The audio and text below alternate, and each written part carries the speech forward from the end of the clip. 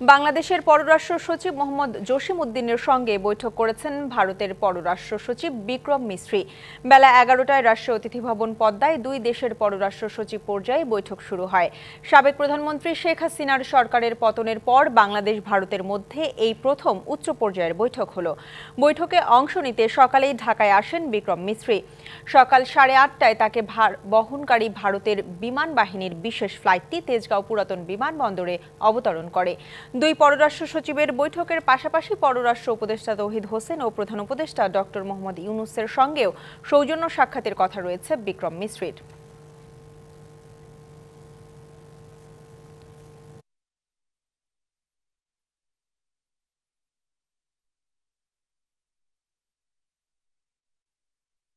প্রধান উপদেষ্টা ডক্টর মোহাম্মদ ইউনূসের সাথে বৈঠক করেছেন ইউরোপীয় ইউনিয়নের 19 দেশের রাষ্ট্রদূত।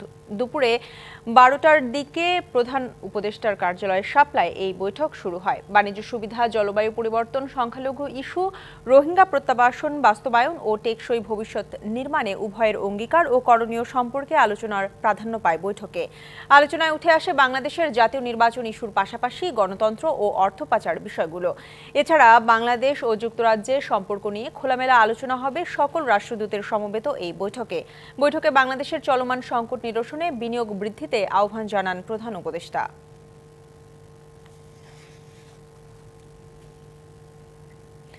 বেগম রোকেয়ার মতো স্বপ্ন না দেখতে পারলে দেশকে এগিয়ে নেওয়া সম্ভব নয়, জানালেন প্রধান উপদেষ্টা ডক্টর মোহাম্মদ ইউনূস। তিনি বলেন, বেগম রোকেয়ার স্মৃতিকে ধারণ করে তাকে সম্মানিত করতে পেরে দেশ গর্বিত।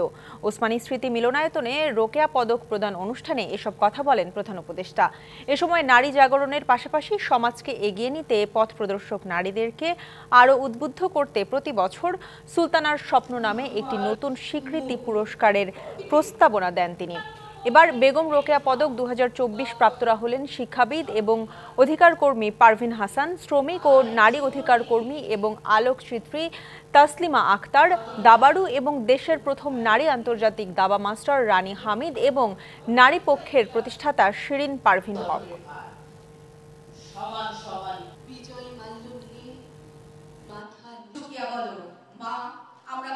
তার কল্পনা শক্তি আমাকে অবাক করে, কিন্তু আমরা বেগম রোকেয়ার মতো করে তাকে ব্যবহার করতে পারছি না। তার কোন চিন্তা, কোন বছরের চিন্তা সবচেয়ে আকর্ষণীয় হয়েছে, পুরস্কার পাবে সেটা তো বটেই। সারা দেশব্যাপী এটা প্রতিযোগিতা হবে। এবার সুলতানার স্বপ্ন 2024 কে পাবে, কে চিন্তাতে এসছে তার মধ্যে। তাহলে চিন্তাটা ওই যে কল্পনা করার উৎসাহটা মানুষের মধ্যে জাগবে। ভারতের আগ্রাসন ও বাংলাদেশের বিরুদ্ধে মিথ্যা তথ্য সন্ত্রাসের প্রতিবাদে আগামী বুধবার ঢাকা থেকে আগরতলা অভিমুখে আখাউড়া সীমান্ত পর্যন্ত লং মার্চের ঘোষণা দিয়েছে বিএনপির 3 সহযোগী সংগঠন ও অঙ্গ সংগঠন যুবদল, স্বেচ্ছাসেবক দল, ছাত্রদল। সকালে নয়াপল্টনে বিএনপির কেন্দ্রীয় কার্যালয়ে এক সংবাদ সম্মেলনে 3 সংগঠনের পক্ষে যুবদলের সভাপতি এম মোনায়েম মুন্না এই কর্মসূচি ঘোষণা করেন। নেতারা অভিযোগ করেন, 5ই আগস্ট শেখ হাসিনার পতনের পর থেকে সংখ্যালঘু সহ নির্যাতন সহ নানা অজুহাতে বাংলাদেশে বিশৃঙ্খলা সৃষ্টির চেষ্টা করছে ভারত। দেশের ভূখণ্ডের বিরুদ্ধে যে কোনো চক্রান্তে ঐক্যবদ্ধ থাকার জানানো হয় সংবাদ সম্মেলনে। ভারতীয় মিথ্যা তথ্য সন্ত্রাসের প্রতিবাদ, ভারতীয় আগ্রাসনের বিরুদ্ধে আমরা জনগণকে ঐক্যবদ্ধ করে আমরা ঢাকা থেকে আগরতলার অভিমুখে আখাউড়া পর্যন্ত আমরা লং মার্চের ঘোষণা।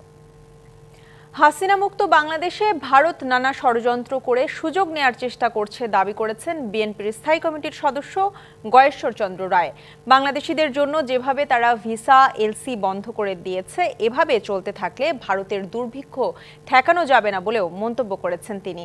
সকালে জাতীয় প্রেস ক্লাবে সাহিত্যিক সাংবাদিক কালাম ফয়েজি রচিত নেতা ও কবি বইয়ের প্রকাশনা উৎসব উপলক্ষে এক আলোচনা সভায় তিনি এসব কথা বলেন। অভিযোগ করেন, সত্য জানার পরেও নিজেদের স্বার্থেই ভারতীয় সাংবাদিকরা বাংলাদেশ নিয়ে মিথ্যাচার করছে, কিন্তু সেই তুলনায় বাংলাদেশের মিডিয়ার ভূমিকা নিচ্ছে না। ভারতের আগ্রাসী মনোভাবের কারণে নেপাল, ভুটান সহ কোনো প্রতিবেশীর সম্পর্ক ভালো না বলেও মন্তব্য করেন তিনি। এই বাস্তবতাটা রেখে তারা এখন তাদের permanent friend political party like Awami League and Hasina. এর বাইরে তারা আন্তর্জাতিক যে রীতিনীতি আছে, যেই সরকার আসুক চেয়ার পাল্টাবে, কিন্তু রায় পাল্টাবে না। চেয়ার পাল্টাবে, ফরেন পলিসি পাল্টাবে না।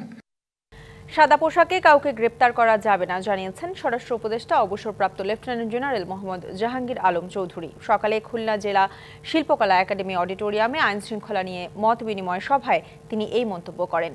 5ই আগস্টে লুট হওয়া অস্ত্র আশানুরূপভাবে উদ্ধার হয়নি উল্লেখ করে দ্রুত উদ্ধারের নির্দেশ দেন তিনি। পাশাপাশি কোনো প্রকার তদবির ছাড়া নিয়োগ প্রক্রিয়া সম্পন্ন করতে আইন শৃঙ্খলা বাহিনীকে তেলবাজি বন্ধ করার আহ্বানও জানান তিনি। এ সময় ভারতের অপপ্রচার বিষয়ে বলেন, 15 বছরে সুবিধা ভোগ করা প্রতিবেশী দেশ এখন আর সুবিধা পাচ্ছে না বলে এসব অপপ্রচার চালাচ্ছে। সিভিল ড্রেসে কাউকে অ্যারেস্ট করা চলবে না। সিভিল ড্রেস এসে সে প্রথম তার আইডেন্টিটিটা শো করবে যে এই আমার আইডি কার্ড। আর কোনো নিরপরাধ যেন শাস্তি না পায়, এই দিকে আপনার খেয়াল রাখতে হবে। ভুয়া মামলাকারীদের আমরা কোনো অবস্থায় ছাড় দিব না। সব ভুয়া মামলাকারীদের আমরা আইনের আওতায় আনব। জুলাই আগস্ট আন্দোলনে কিছু পুলিশ সদস্যের ভূমিকার জন্য ক্ষমা চাইলেন ঢাকা মহানগর পুলিশ কমিশনার শেখ মোহাম্মদ সাজ্জাদ আলী।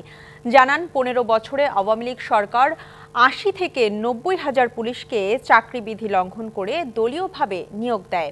বাদী বা তদন্তকারী কর্মকর্তা কেউ মামলা নিয়ে বাণিজ্য করলে ব্যবস্থা নেওয়ার হুঁশিয়ারি দেন ডিএমপি কমিশনার।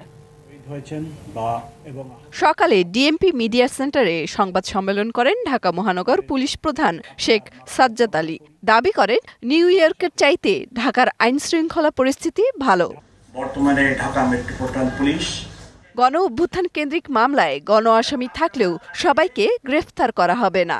আর মামলা নিয়ে বাণিজ্যের বিষয়েও হুমকি দেন ডিএমপি কমিশনার। আর জিডি হলে 1 থেকে 2 ঘন্টার মধ্যে তা তদন্ত শুরুরও নির্দেশনা দেন। ইনভেস্টিগেশনে যাদের বিরুদ্ধে ইনভলভমেন্টের সাক্ষী সমুদ্র আসবে, আমরা শুধু তাদের বিরুদ্ধে ব্যবস্থা নিব। এই 200 আসামিকে অ্যারেস্ট করার কোনো সুযোগ নেই। উপরন্তু এখন যে নিয়ে বাদী হয়েছিলেন, এখন দেখা যাচ্ছে যে উনি ওই সময়ই উদ্দেশ্যমূলকভাবে এই 200 লোককে আসামি করছে। আমার কাছে রিপোর্ট আসতেছে, আমার লোকেরাও আবার এই যে আসামি 200 তাদের থেকে নানা ধরনের বখরা আদায়ের চেষ্টা করতেছে। উভয়ের বিরুদ্ধে ব্যবস্থা। ছাত্র জনতার জুলাই আগস্টের আন্দোলনের সময় কিছু পুলিশের ভূমিকা নিয়ে দুঃখ প্রকাশ করেন। ক্ষমা চান ঢাকা মহানগর পুলিশ প্রধান। ঢাকা মেট্রোপলিটন পুলিশ ওই আন্দোলনে পেশাদারিত্বের বাইরে গিয়ে যে কাজ করেন, সেই কাজের জন্য আমি অত্যন্ত দুঃখিত এবং ঢাকাবাসীর কাছে তথা দেশবাসীর কাছে আমি ক্ষমা প্রার্থী। ঢাকা মহানগরের প্রধান সমস্যা যানজট স্বীকার করলেও প্রধান সড়কে ব্যাটারি চালিত অটোরিকশা বন্ধ করতে না পারার দায় নিতে নারাজ ডিএমপি। বলেন, এই রিকশা নিয়ন্ত্রণ করতে না পারলে অচল হয়ে পড়বে শহর। হিউজ পরিমাণ অটোরিকশা। মেহের মনি, ডিবিসি নিউজ, ঢাকা।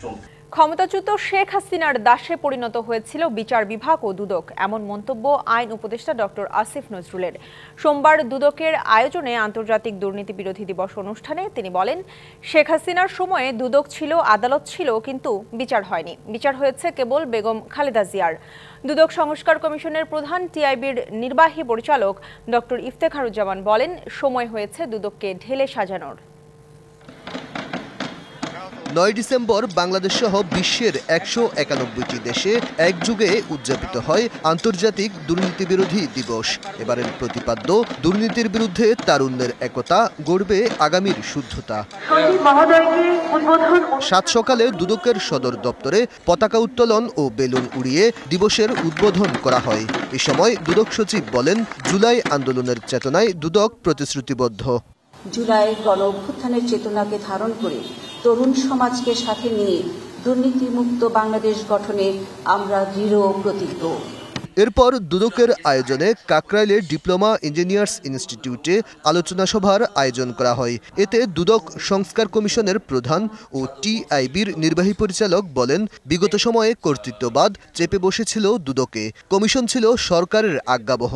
দুর্নীতি কমিশন দেশে দুর্নীতি নিয়ন্ত্রণ করবে। এই প্রতিষ্ঠানে যারা নিযুক্ত হন, হোক না রাজনৈতিক দলীয় রাজনৈতিক বিবেচনা নিযুক্ত হয়েছেন, কিন্তু আপনি যে মুহূর্তে দুদকের চেয়ারম্যান হয়েছেন, দুদকের একজন কর্মী হয়েছেন, আপনার মনে এই বোধটা কেন জন্মায় নাই? যে আমার দায়িত্ব হচ্ছে দুর্নীতি নিয়ন্ত্রণ করা, আপনি কেন দুর্নীতি সহায়ক ভূমিকা পালন করবেন? আইন উপদেষ্টা অধ্যাপক ডক্টর আসিফ নজরুল বলেন, 15 বছরে শেখ হাসিনার আজ্ঞাবহ ছিল দুদক। দুদক তো ছিল, উচ্চ আদালত ছিল, কোনো বিচার হয়েছে? কিচ্ছু হয় নাই বিচার। বিচার কার হতো? খালেদা জিয়ার বিচার। 3 কোটি টাকা ব্যাংকে থেকে 6 কোটি টাকা হয়েছে, ওই টাকা কেউ টাচ করে নাই। সেই জন্য 3 বারের সাবেক প্রধানমন্ত্রীকে 10 বছরে জেল দিয়ে দিয়েছে এই দেশের দুদক বিচার বিভাগ মিলে। সেই চোর প্রধানমন্ত্রী, যার পুরা পরিবার ছিল চোর, সে সারা দেশে বলে বেড়াত এতিমের টাকা নাকি খালেদা জিয়া আত্মসাৎ করেছে। এই চোরের মুখের সামনে কেউ কোনো কথা বলতে পারত না। দুদক তার দাসে পরিণত হয়েছিল, বিচার বিভাগ তার দাসে পরিণত হয়েছিল। দুদকের নেতৃত্ব শূন্য অবস্থা কাটাতে শিগগিরই চেয়ারম্যান কমিশনার নিয়োগ করা হতে পারে বলে জানান আইন উপদেষ্টা। এত বড় বড় দুর্নীতি দেশে হয়েছে, দুদককে অবশ্যই সচল করতে হবে। Aditya Rafat, DBC news, Dhaka. বৈষম্যের বিরুদ্ধে বারুদ জ্বালিয়েছিলেন যিনি, তিনি কেবল এই দেশ নয়, ছিলেন উপমহাদেশের নারী শিক্ষা আর জাগরণের অগ্রদূত। সেই রোকেয়া সাখাওয়াতই বাংলায় এখন ভর্ৎসনার শিকার। রোকেয়ার ভাস্কর্যে অশ্লীল শব্দ আর কালিমা লেপন করা হয়েছে গ্রাফিতিতে, অথচ তার সাহিত্যকর্ম নিয়ে ইউনেস্কো বিশ্বস্মৃতির স্বীকৃতি আর স্পেন নির্মাণ করেছে চলচ্চিত্র। তাহলে দেশে কেন রোকেয়ার অযত্ন অসম্মান? এমন প্রশ্ন অনুরাগীদের। রোকেয়া সাখাওয়াতের সাহিত্যকর্ম সুলতানাস ড্রিম অবলম্বনে নির্মিত অ্যানিমেশন সিনেমা এল সুয়ানো দ্য লা সুলতানা গেল বছর মুক্তি পায় স্পেনে। এই দেশের কোনো নির্মাতা নন। সিনেমাটি নির্মাণ করেন স্প্যানিশ নির্মাতা ইসাবেল হারগুয়েরা। এখানেই শেষ নয়, নারীর মুক্তিপ্রত্যাশী ওই উপন্যাসটি বিশ্বস্মৃতি হিসাবে এবার স্বীকৃতি দিয়েছে ইউনেস্কো। বিশ্বজুড়ে আজও যার স্বীকৃতি চলছে, সেই বেগম রোকেয়া হঠাৎই নিজ দেশে হচ্ছেন উপেক্ষিত। যে 9ই ডিসেম্বর পালিত হতো রোকেয়া দিবস হিসাবে, সেই দিনটিকেই বাংলা একাডেমি পালন করছে রোকেয়ার জন্ম মৃত্যুবার্ষিকী হিসাবে। রোকেয়া দিবসের যে অনুষ্ঠান, সেটাকে রোকেয়ার জন্ম মৃত্যুবার্ষিকী হিসাবে পালন করতেছেন। এটা হচ্ছে বাংলা একাডেমি। তবে রোকেয়ার মর্যাদা সমুন্নত রাখতে আন্তরিক তারা দাবি বাংলা একাডেমির। সংস্কৃতি মন্ত্রণালয় এবং বাংলা একাডেমির যৌথ যে আঞ্চলিক প্রোগ্রাম শিডিউল, সেটা হলো আমরা এইভাবে পালন করি, কিন্তু এটা রোকেয়া দিবসের সঙ্গে কোনো বিরোধ নাই। হয়তো রোকেয়া দিবস কথাটা উল্লেখিত হয় নাই। বেগম রোকেয়ার ভাস্কর্যে রংপুরে অশ্লীল শব্দ লেখা, টিএসসির রোকেয়া গ্রাফিতিতে কালি লেপন ছাড়াও আওয়াজ তোলা হয়েছে রোকেয়া বিশ্ববিদ্যালয়ের নাম পরিবর্তনের। নির্মাণাধীন হলের নাম পরিবর্তন করে বেগম রোকেয়া হল করার দাবি জানাচ্ছি। যে রোকেয়া অনুপ্রেরণার অম্লান প্রতীক হিসেবে নারীদের প্রতিদিনের পথচলায় আলোকবর্তিকা, তার উপর এত ক্ষোভ কার? বেগম রোকেয়ার অনেক সম্মান, কিন্তু এখানেই বেগম রোকেয়ার সম্মান দেওয়া হচ্ছে না। এখানে যারা তাদের ব্যক্তিগত ক্ষোভ থেকে রোকেয়াকে গালাগালি করতেছে, তারা রোকেয়াকে জানে না, চিনে না, তাদের রোকেয়া সম্পর্কে জানা দরকার, থিসিস করা দরকার, গবেষণা করা দরকার। এদিকে জন্মের 145 বছরেও নিজ জন্মভূমিতে অবহেলিত নারী জাগরণের এই অগ্রদূত, সুখবর নেই ওপার থেকে তার দেহাবশেষ স্থানান্তরের। অবশ্য এসব বিষয়ে কর্তৃপক্ষের আশ্বাস দায় সারা। এরকম একজন মহিষী নারী, যার বাস্তবিকতা, যারা তাকে কেন্দ্র করে যে সকল বিষয়গুলো নারী জাগরণের জন্য গড়ে উঠেছে, সেই বিষয়গুলো এরকম দিনহীন অবস্থায় পড়ে থাকবে, সেটা আমরা চাই না। এবং আমরা আমার সরকারের উচ্চ পর্যায়ে এবং মন্ত্রণালয় পর্যায়ে আমরা যোগাযোগ করব, এগুলো যেন সত্যিকার অর্থে এগুলো সংস্কার করা যায়, সেই পদক্ষেপ গ্রহণ করব। নারী শিক্ষা আত্মনির্ভরশীলতার দিগন্ত উন্মোচনে অসম্ভবকে সম্ভব করার দৃঢ় সংকল্প আর সাহস নিয়ে সমাজ আলোড়িত করতে সমতার অধিকারে আমৃত্যু সোচ্চার থাকা বেগম রোকেয়া সাখাওয়াত পরিবর্তিত বাংলায় যথাযথ মূল্যায়ন পাবেন, এমন আশা ভক্ত অনুরাগীদের। Majed Masud, DBC news, Rangpur. চুয়াডাঙ্গায় সড়ক, ব্রিজ ও কালভার্ট সংস্কার ও নির্মাণ কাজ থমকে আছে। পরিবর্তিত পরিস্থিতিতে ঠিকাদার আত্মগোপনে থাকায় কার্যত বন্ধ হয়ে পড়েছে বিভিন্ন এলাকার কাজ। কয়েকটি স্থানে নতুন সেতুর জন্য পুরাতন সেতু ভেঙে ফেলায় দেখা দিয়েছে সীমাহীন দুর্ভোগ। এতে যেমন বাড়ছে জনভোগান্তি, অন্যদিকে দেখা দিয়েছে অনিশ্চয়তা। জটিলতা কাটিয়ে সমস্যা সমাধানের আশ্বাস সংশ্লিষ্ট কর্মকর্তাদের। চলতি বছরের জানুয়ারিতে প্রায় ৬৮ কোটি টাকা ব্যয়ে চুয়াডাঙ্গা সরোজগঞ্জ খসকররা ও সরোজগঞ্জ আইলহাস সড়কের পুনঃসংস্কারের কাজ সহ প্রায় ২৩ কিলোমিটারের ৫টি নতুন রাস্তার কাজ শুরু হয়। এর মধ্যে দুটি সড়কের মাঝে রয়েছে নবগঙ্গা নদী। ব্যস্ততম এই সংযোগ সড়কটি সংস্কারে দুটি সেতু ও বেশ কয়েকটি কালভার্ট নির্মাণও শুরু হয়। যৌথভাবে কাজ পায় ঠিকাদারি প্রতিষ্ঠান মোজাহার এন্টারপ্রাইজ, মোতাহার ব্রাদার্স ও জাকাউল্লাহ অ্যান্ড ব্রাদার্স। কিন্তু আওয়ামী লীগ সরকার পতনে আত্মগোপনে চলে গেছে মোজাহার এন্টারপ্রাইজের মালিক জেলা স্বেচ্ছাসেবক লীগের সভাপতি সৈয়দ ফরিদ আহমেদ। এরপর থমকে গেছে গোটা প্রকল্পের কাজ। সংশ্লিষ্ট কারও দেখা মেলেনি 3 মাসেও। আজকে 4 মাস এই কন্ট্রাক্টর খোঁজ নেই কোনো, সে ফেলেছি চলে গেছে। আমরা খুব দুরাবস্থায় রয়েছি বাপ। এই এরিয়ার সাথে টোটাল আলমডাঙ্গা উপজেলা যোগাযোগটাই বিচ্ছিন্ন হয়ে পড়েছে। দীর্ঘদিন ভেঙে ওরা বন্ধ করে রেখে দিয়েছে, ঠিকাদার তো দেখাই যায় না, মানুষের হয়রানি। নবগঙ্গা নদীর ওপর পুরাতন সেতু ভেঙে নতুন সেতু নির্মাণের কাজ শুরু হলে পাশ দিয়ে তৈরি করা হয় কাঁচা সড়ক, কিন্তু ভারী বৃষ্টিতে সেই সড়কটিও ভেঙে পড়েছে। এখন একমাত্র ভরসা বাঁশের সাঁকো। আমাদের 3টা কালভার্ট, একটা ব্রিজ, মানে একই রাস্তা, মানুষের খুবই কষ্ট। মানে দীর্ঘদিন একদিন কাজ চলে, 3 দিন অফ।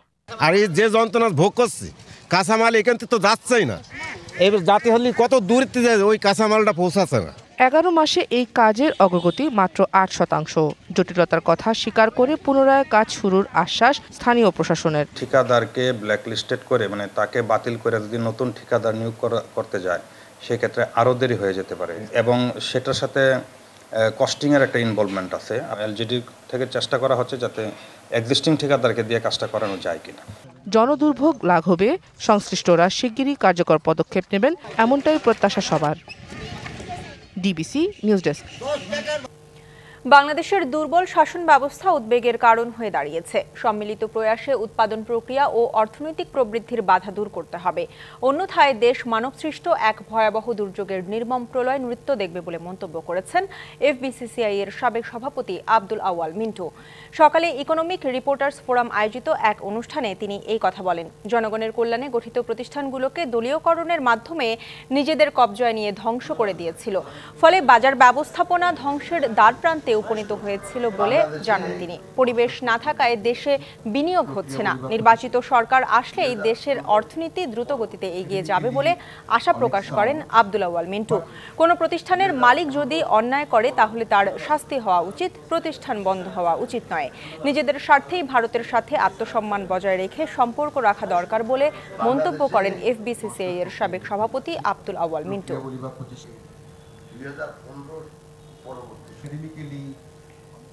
শুধু মুদ্রা নীতি সংকুচিত করে যদি আপনার মূল্যস্ফীতি কমাতে যান, তাহলে আপনি আরো 18টাকে উস্কাই দিবেন।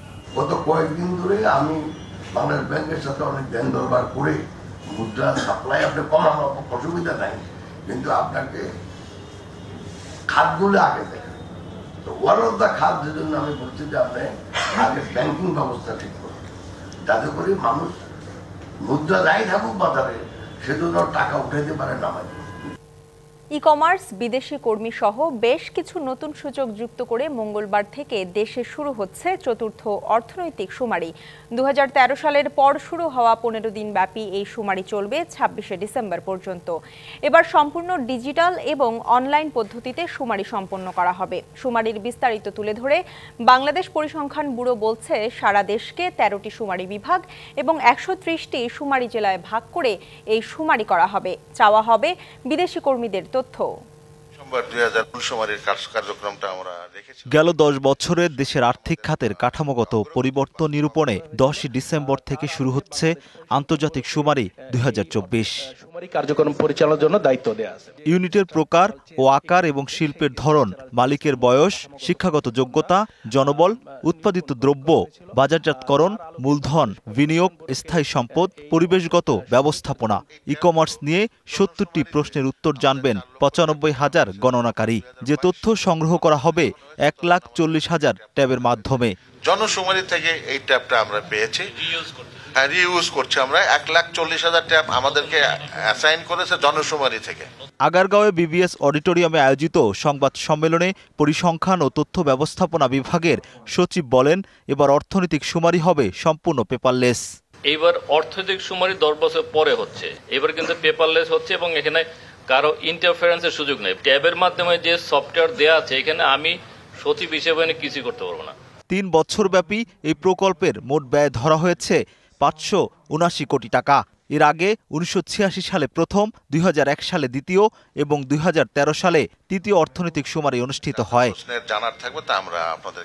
Rakib Hossain, DBC news, Dhaka. আবারও দূষণের শীর্ষে ঢাকার বাতাস। সকাল 8টায় বিশ্বের 26টি দূষিত শহরের মধ্যে বায়ুর মান 305 স্কোর নিয়ে সবচেয়ে খারাপ অবস্থানে রাজধানী ঢাকা, যা বিশ্ব স্বাস্থ্য সংস্থার মান মাত্রার চেয়ে 45% বেশি। এরপরই আছে মিশরের কায়রো, স্কোর 211। বাতাসের মান নিয়ে কাজ করা সুইজারল্যান্ড ভিত্তিক প্রতিষ্ঠান IQAR এই সূচক তুলে ধরে। মূলত বায়ুর মান 300 পার হলেই দুর্যোগপূর্ণ হিসেবে অভিহিত করা হয়। বায়ুর মানের হিসেবে আজ রাজধানীর সবচেয়ে দূষিত 3 শীর্ষ এলাকা ইস্টার্ন হাউজিং, যার স্কোর 521, পুরান ঢাকার বেচারাম দেউড়ি, যার স্কোর 473 ও ঢাকার মার্কিন দূতাবাস এলাকা, যার স্কোর 429। গেল বৃহস্পতিবারও দূষিত বায়ুর তালিকায় শীর্ষে ছিল ঢাকা।